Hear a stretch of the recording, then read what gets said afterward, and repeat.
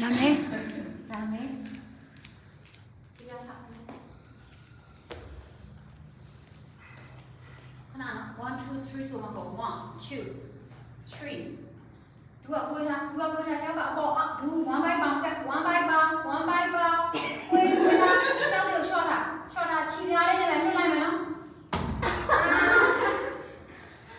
ခြေပြားလေးနဲ့ပဲโอเค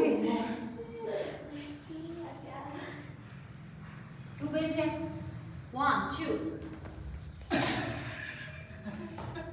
လက်ကိုတောင်းတာဒါမှမဟုတ်နဲ့1 2 3ပြန်ချ1 2ပြန်တော့ဝေးမကောင်းတဲ့6က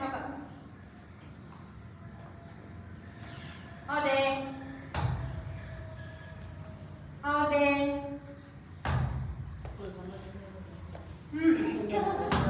လာအောက်โอเคဒူဘေးဖြဲပြီးခုံဒူကိုစုမခုံဒူဘေးဖြဲဖတ်